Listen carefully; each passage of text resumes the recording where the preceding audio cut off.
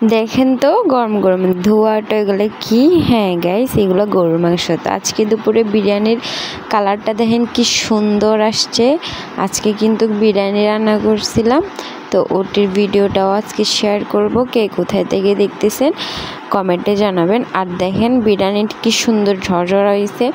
এভাবে বিরিয়ানি রান্না করতে রেসিপিটা আমরা সামনে দেখে আসব। তো চলেন কে কোথায় থেকে দেখতেছেন কমেন্টে জানাবেন। তো বিরিয়ানি রান্না করার জন্য এই যে আমি মশলাটা দিয়ে দিলাম। এখানে আগে থেকে কিন্তু গরুর মাংস ধুয়ে আমি রেখেছিলাম।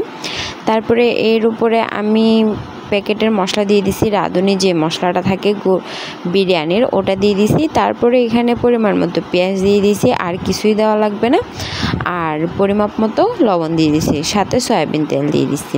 আমাদের দুজনের পরিমাপ হিসেবে আমরা আজকে রান্না করতেছি। আপনাদের যতটা ইচ্ছা আপনারা ততটা রান্না করতে পারেন।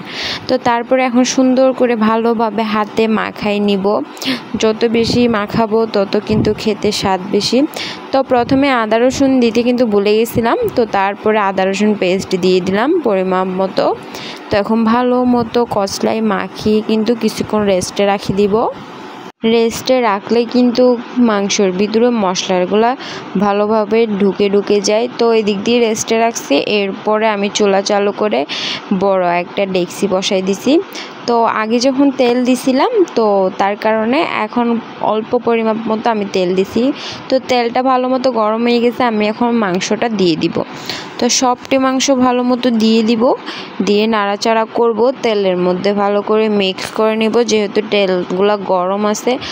আর তারপরে আমি ওই যে বাটিতে ম্যারিনেট করছিলাম ওই বাটিতে একটু করে পানি নিয়ে ভালো করে দিয়ে দিব, কারণ ওই বাটিতে মশলা লেগেছিল। তো তার কারণে ওটা একটু ধুয়ে এখানে দিয়ে দিব। এখানে তো পানি দিতে হবে কষাইতে হলে। তো এই তো দেখেন খুব সুন্দর করে পানি দিয়ে দিছি, আর কালারটা গাইস কি সুন্দর আসছে, তাই না? তো এখন আমি মিক্স করে নিচ্ছি, কিন্তু ভালো মতো মিক্স করে আমি কিছুক্ষণের জন্য রেখে দিব, ঢাকনা দিয়ে রেখে দিব বলক আসা আগ পর্যন্ত। তো এখন ঢাকনা সরাই, দেখেন কি সুন্দর করে বলক আসছে। তো আলু দিব, আলু দিতে যায় একটা আলু আগে থেকে পড়ে গেছে। তো গাইস এখন সব আলু কিন্তু দিয়ে দিব। দেখেন বিরিয়ানিতে আলু ছাড়া কিন্তু ভালোই লাগে না। আজকে আলুগুলা ভাজা ছাড়া দিছি, অন্যান্য সময় কিন্তু ভেজেই দিই আলুটি। তো আলুর পরিমাণ একটু বেশি দিছি, কারণ আলুগুলা খেতে খুব ভালো লাগে, বিশেষ করে বিরিয়ানির আলু।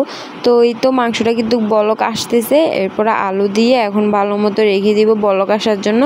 আলুগুলা সিদ্ধ হতে হবে, তার কারণে ভালো করে মাংসগুলাও হতে হবে। তো আমি এই তো ঢাকনা দিয়ে রেখে গেছিলাম। এখন আসি, দেখেন কি সুন্দর কালারটা লাগতেছে।